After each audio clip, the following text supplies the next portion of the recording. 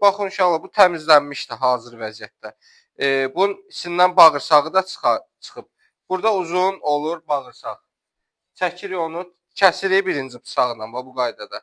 Çərtirik, açırıq. Açandan sonra onu dartırıq, çıxardırıq.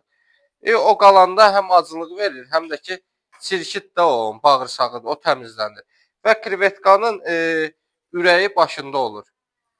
Bədənində bir daha bu hissədə bağırsaq olur, başqa heç də olmur. Bu okean krevetkasıdır. Yəni buna deyirlər tigrov krevetka, pələng krevetka. Var çay krevetkası, var dəniz krevetkası. Onlar biraz fərqli olur. Bu biraz fərqli olur. Dadları da fərqli olur. Var argentinski krevetka. Onlar biraz iri olur, böyük olur. Yəni kral krevetka da deyirlər. Hardasa bu boyda olur ölçüsü.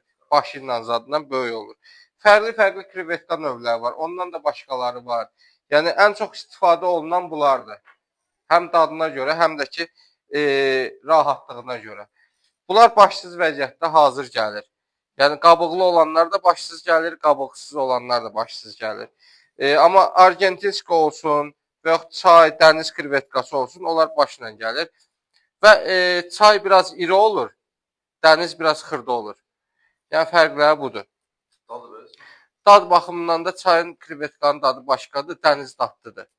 Dəniz duzludur deyə çay biraz şey olur da, təmiz olur şu. Ona görə bunlar okeandır. Bunlar da eyni duzludur da, yəni dəniz kimi də okeanda da duz. Yəni çayın biraz dadı zəif olur da, yəni. Amma dənizlə okean, dəniz belə deyil də, biz istifadə eləmirik onu.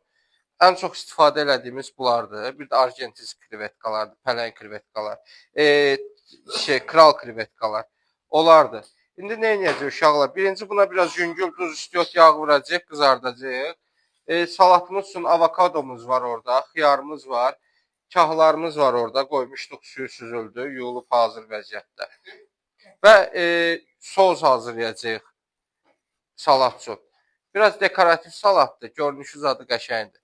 Yəni sos dadı da normal bir salatdır. İndi hazırlayacaq, görəcəksiniz.